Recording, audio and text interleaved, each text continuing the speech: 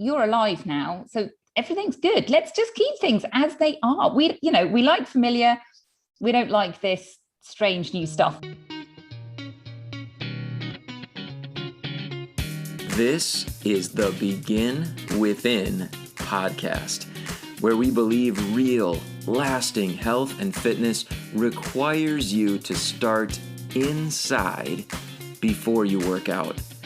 I'm your host, Nate Slegger, and I'm here to show you behind the scenes of fitness.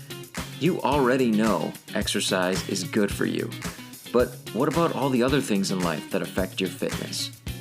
If you're looking for extra motivation to get started or to make sure you keep going, this is the place for you.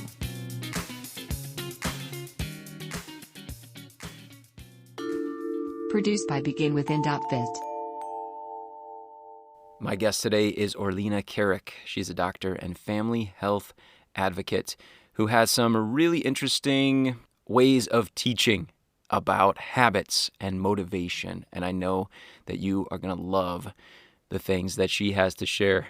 If you've listened to this podcast before, or maybe if this is your first time, I would really appreciate it if you would go to your podcast player and follow, rate, and review this show so that other people can find it and benefit from it.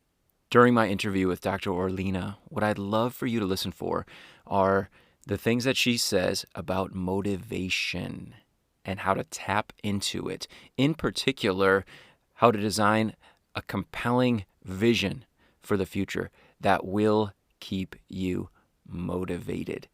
I'd also love for you to listen for what she says about the rickety bridge when it comes to changing habits and how to cross it. And finally, why you need to take the first step in making improvements to your health and fitness. Here's my interview with Dr. Orlena. The big thing is seeing that long-term picture. So I love to do this exercise with people. You know, you're standing at a crossroads, and what happens if you don't make any changes to your life? Where are you going to be in, say, 10 or 20 years' time? And the answer is, well, things are going to be the same or worse. So depending on where you are, that might mean that you're overweight or not fit, potentially looking at lots of horrible illnesses. Or the fun and exciting part, you can start to think about, okay, I'm going to make those changes. And in 10 years' time, I've made all of those changes. I teach people 4 healthy pillars. So I've made changes to all of those pillars and everything's on autopilot. I'm loving my life. I'm healthy and fit.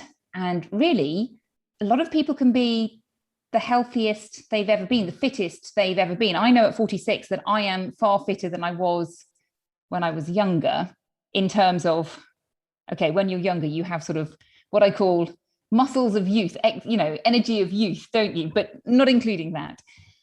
So what does that look like for you? And create that picture and think about all the amazing things that you can do. And it's different for everybody. It might be, I want to go on 12-mile hike with my friends. I want to be able to do that and feel I can keep up.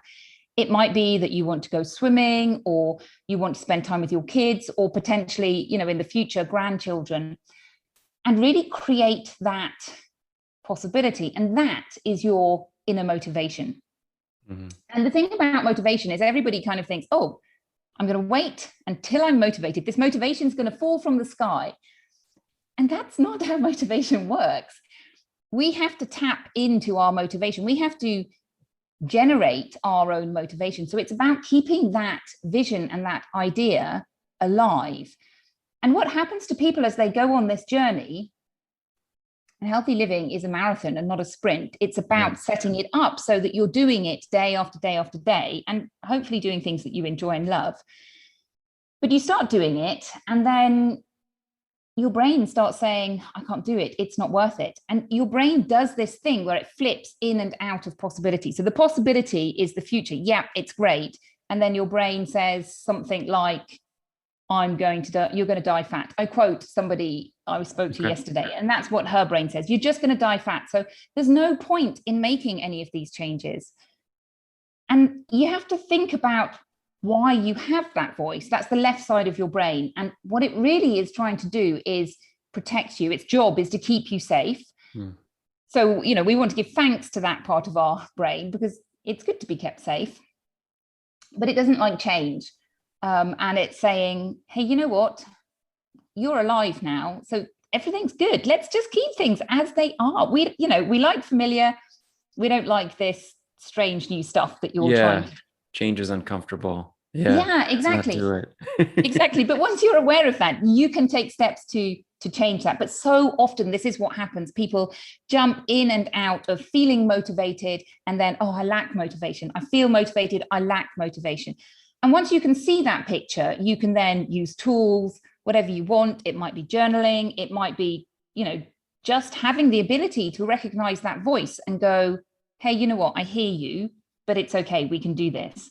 I think that piece is really important when you're making changes. Awesome. So that piece of, just to recap a little bit, that awareness of the motivation and that little demotivating voice and learning what to do with it. Yeah, exactly. And, thinking about that emotional wellness piece, essentially a big part of it is just self-awareness. And it's almost like you want to step out of yourself and be aware that something is happening. So, for me, I sometimes feel myself getting grumpy with my children. Take today, for example, it's super hot here at the moment. I went to the supermarket, I came back at lunchtime and I've got to unpack the car and get lunch out for the kids. And, then my child is grumpy with me and it's like, oh my goodness, I can hear this voice snapping. But when you're aware of it, you can make steps to change it. But when you're just caught up in that moment and you're not aware of it, then you're reacting from that, reactive place of like, I'm just going to let loose and I'm going to shout and yell and then regret what you did afterwards. And gradually, as you get more self-aware, you can go, okay, I can see this happening. I'm going to stop it before it spirals out of control. I'm going to put in measures so that it doesn't happen in the first place and just aim to not spiral, what I call spiral out of control. Okay. Wow. So you mentioned some tools. Would you mind, and you said like journaling, and there's a couple of things that you listed. Would you mind telling about some of those more specifically? Like, are there exercises that you recommend? Well, it's different for everybody. I think the key is finding the tools that work for you. So the first thing I think is to just think about how our brains work. We're emotional creatures. So we have emotions and thoughts, and we're primarily emotional creatures who think, as opposed to thinking creatures who feel emotions. But, they are closely tied up. So a negative thought is going to lead to a negative emotion. So a thought of I'm not worthy is going to make you feel, not great and horrible. And that's going to lead to an action of, I don't know, going to the fridge and eating something, and then you judge yourself. So being aware of that loop is one thing, but specific tools, it just depends. There are tools that you can use on a daily basis to prevent, to reduce stress, to prevent yourself from spiraling out of control, and tools that you can use in an emergency. And the tools are things like meditation. So meditation has so many benefits, but is really good for self-awareness. Exercise is another fabulous one. I love exercising. At the moment, I swim in the sea every single morning. It helps me feel invigorated and full of energy. Journaling is another one. Things that use your right brain as well. So those sort of repetitive tasks like knitting and colouring, things that you can get absorbed into are another good way of really just giving your brain a little bit of a break during the day, because our brains just are busy going, and sometimes they just need to stop. Yeah, that's interesting that you said that. I think, as from my experience, when I engage in those types of repetitive type of tasks, like that's when there's more creative ideas happening. Like like you said, give your brain a break, and it enjoys it. It needs it, right? Exactly. Wow, cool. All right, awesome. I know we talked a little bit about, changing habits, and that's, the purpose really of this podcast, Begin Within, is all about making big changes in life through little steps. And one of the specific things that you are personally, you've experienced and that you help others with is the challenges that parents face in doing that. Is it all right if we change gears a little bit and talk Absolutely. about that? I really think that would be really interesting. So, could you tell me a little bit about, well, maybe we could start with why is it so difficult to change habits, and in particular for parents, those with kids? Okay, fabulous. Those are two big topics. So let's start first of all with why it's difficult to change habits. Yeah. So if we look at habits are really amazing.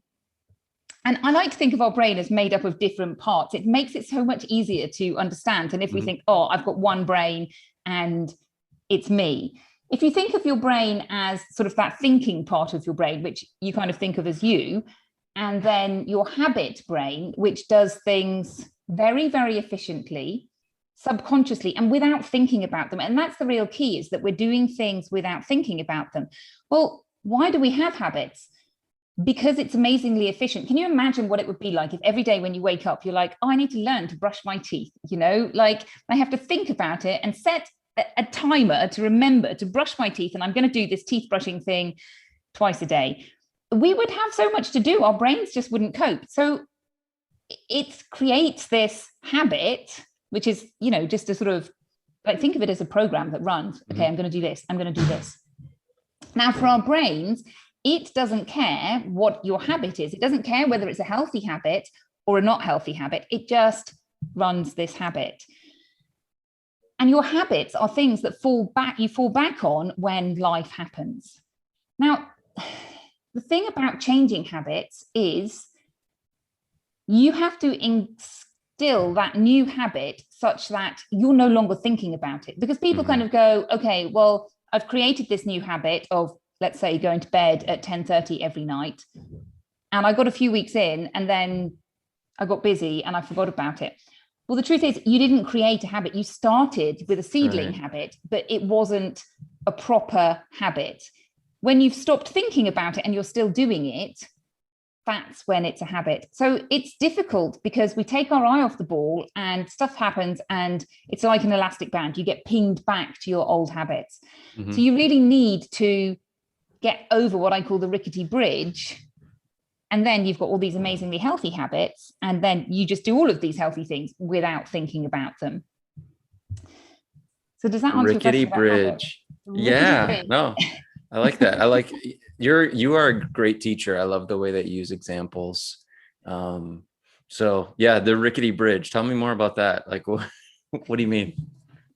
Well, just this, you're sat there. This is place A, where I've got all these unhealthy habits. I want to get to place B, which is where I feel amazing. I've got all these amazing healthy habits. I eat healthily, I exercise healthily, and I do it all without thinking because it's habit.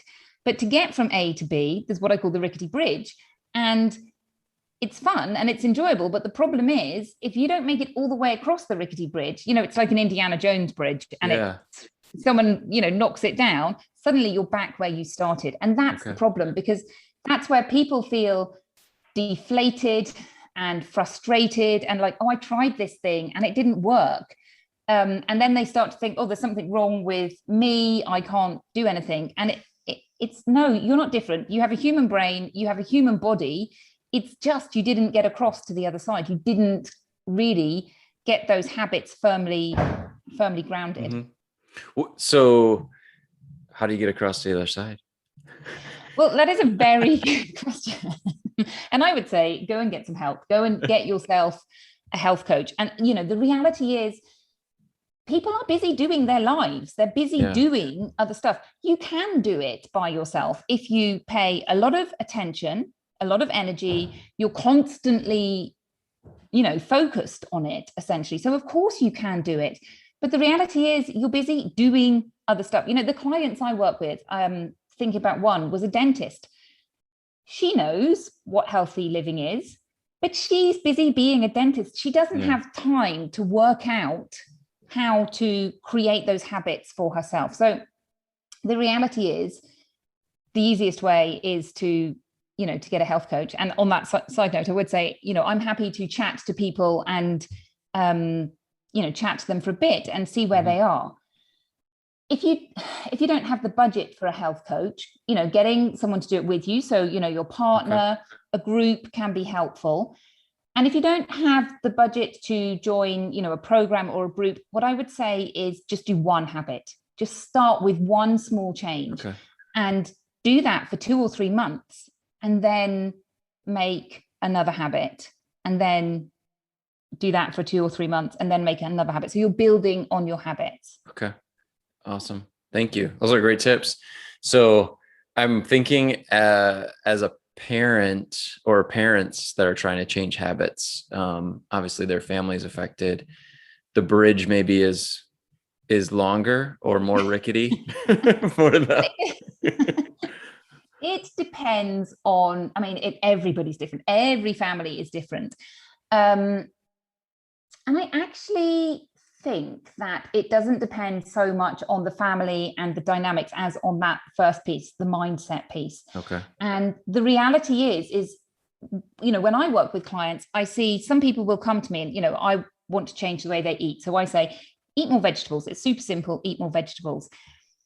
If they've got a reasonable mindset of, I can do this, they'll be easy. That would be easy for them. But some people are starting further back and they're like, oh, this is really difficult and complicated and I can't do it. And I'm not worthy of making changes and looking after myself. So those people need to get their mindset sorted out before they can realize that, what? Actually eating vegetables is easy. It's, go and get some frozen peas out of the freezer. It'll take you literally 30 seconds. It doesn't have to be complicated. So I think that's the differentiating bit. Okay. Yeah. So for sorting that mindset out, I know we're kind of back to where we started. It would just be a matter of starting to become aware of some of the self-talk that's happening. Like, let's slow down and let's analyze what's really happening inside. Yeah, essentially. The issue is you're kind of using your brain to fix your brain. So it depends where you are. And if you can get that mindset of, do you know what? I can change how I think and I can not control my emotions, but what I can do with my emotions is not spiral down that negative plug hole. So, I get upset, but instead of getting upset for 3 days, I get upset for, say, 30 minutes. And I've got those tools to do that. Essentially it is just going, okay, I'm in control of my thoughts and my emotions, and I'm going to train myself to look at the positive, to pick those thoughts that are going to help me get to my goal, as opposed to those thoughts that are going to stop me from getting to my goal. Okay. I'll give you an example of my son. When he was learning to ride a bicycle, I have twins, they're 8 now, but when they were younger, and when my daughter was 3, obviously they were both 3, but she jumped on a bike and sort of went, I can do this. And off she went. And he is much more reserved and didn't do that. And a few years later on, he's still like, I can't really ride a bike. And he's busy saying to himself, I can't ride a bike. I can't ride a bike. And I'm looking at him and thinking, well, you can do the pedaling bit and you can do the pushing off bit. So which bit of not riding a bike can't you do? But if you're busy saying to yourself, I can't do it, it's much more difficult to actually do it. And, I'd be running behind him and he's busy cycling and I can't keep up with him. And he turns around and he's going, I can't do it. And I'm like, what do you mean you can't do it? You are doing it. But his brain is busy saying, no, I can't do it. Wow. That's awesome story. Good example. It reminds me of that quote, like, whether you think you can or you think you can't, you're right. Exactly. That's so true. That's so true. It's exactly that. Wow. I'm curious, just kind of wrapping up, what advice might you give to someone who maybe they're hearing our conversation here and they're thinking like, I got to make so many changes. How do I even get started? What might you say Yeah, to good them? question. Well, you just need to take them one at a time. So again, it's creating that image, that possibility, and then you don't have to know every single step you need to take to get there. So it's like when you think, okay, I'm sitting here in Barcelona and I want to get to, let's say, New York. How am I going to get there? Well, I guess that's not a great example because you're just going to get on an aeroplane. But you break it up, don't you? And you think, okay, I need to get to the airport now. How am I going to get to the airport? Oh, I'm going to get a bus to the airport. So you've done that first bit, and you don't exactly know what's going to happen at the airport. You trust you can find the gate and that you can do that. But it's just start on the journey, and it doesn't have to be complicated. It can just be easy. Awesome. Yeah. And I suppose like with that example, if you never get to the airport, you'll never be able to figure out where the gate is, right? So sit at home worried, I don't know what the airport's like. You got to get there first. So just take that exactly. Yeah, take that There's first going to be a step. signpost which says, oh, your gate will be this one. And then you can think, okay, I'm going to go to that gate, and you'll find your seat. Yeah. And but you don't know that when you're sitting at home, I love or it. you don't know all the details, but you trust, okay, I can get on the bus, I can find my seat, I can find all of these things, and I'll arrive in New York. And when I get to New York, then I'm going to have to figure out how to get from the airport to the hotel or wherever you're going to stay. Wow. Okay. Yeah. I see the application to healthy habits and healthy living very much. So just take the first step and trust you're going to keep figuring it out from that new vantage point all along the way.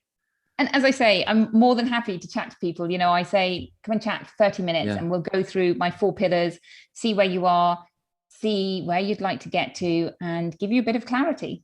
Awesome. Cool. What's the best way for people to get in contact with you? Well, thank you for asking. My website is drorlena.com, and it's got my podcast and how to book a call on there.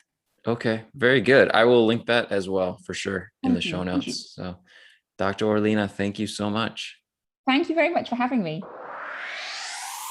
I don't know about you, but I think I could listen to her all day long, especially when she shares those word pictures that help us to visualize the concepts that she's talking about.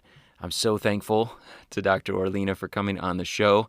And if you would like to get in touch with her, I will include all her links in the show notes. So please reach out to her if you feel like she could support you. And again, during our conversation, we talked a little bit about the family, but we just ran out of time and we didn't dig in too much into that. So if you are someone who has a family and you're struggling with healthy living and changing habits as a family, Dr. Orlena is an awesome resource. Feel free to reach out to her. She welcomes our listeners to do so. So again, her links are going to be in the show notes. Just as far as action steps go, I want you to think back to what she talked about at the outset of our conversation about motivation and about having that compelling vision for the future. If you're making changes and everything's going great, where are you going to end up? What's exciting for you about that? And the reason that's so important is we can tap into it, like she explained, in order to stay motivated. We've talked about this before on the show. Experts, when it comes to habits, will tell you that we change best when we're feeling good. So instead of, being motivated by fear or pain or, worry about the future, if I don't change this, I'm going to get sick, I'm going to die young. Instead of thinking about those as a source of motivation, it's so much better for us to be motivated by something positive. And that vision for the future can motivate you every single day if you take some time, even just a minute, to think about it, to get that picture in your mind of the future that you want when you've incorporated consistently healthy decisions into your life. But the only way that you can use it every single day as a source of motivation is if you take some time initially to do what Dr. Orlena instructed and paint the picture to begin with for yourself. So sit down and think about, what does the future look like when I'm living the healthy life that I want to be living? 1 year down the road, 2 years down the road, maybe 10 years down the road, what does it look like? What things am I doing now? In the future, right? What things am I doing in the future compared to what I'm doing now that are going to be exciting for me? What things can I do then that I can't do right now? What things will I be experiencing then that I can't experience right now? What does that future really look like? What is it going to feel like? Why is it so important for me to keep moving toward it? If you need to, I love journaling. Sit down and write it out. Just take 5 or 10 minutes. Write out what the future might look like for you when everything's going your way in terms of health and fitness. You can add to it later, but use it every single day in order to feel positive, in order to feel excited about this journey. Again, if a conversation through this would help you, you can reach out to Dr. Orlena or reach out to our team. I'm happy to help as well. Nate at beginwithin.fit. Feel free to reach out. We'll get a call scheduled, and I'd be happy to coach you through designing that picture of the future for yourself that can keep you motivated day in and day out. If you are tired of feeling frustrated and disappointed with fitness and you're ready to get on the path to being the healthy person you want to be, just go to beginwithin.fit and click the Join Our Challenge button. We can't wait to support you in your fitness journey and help you to get the results you deserve.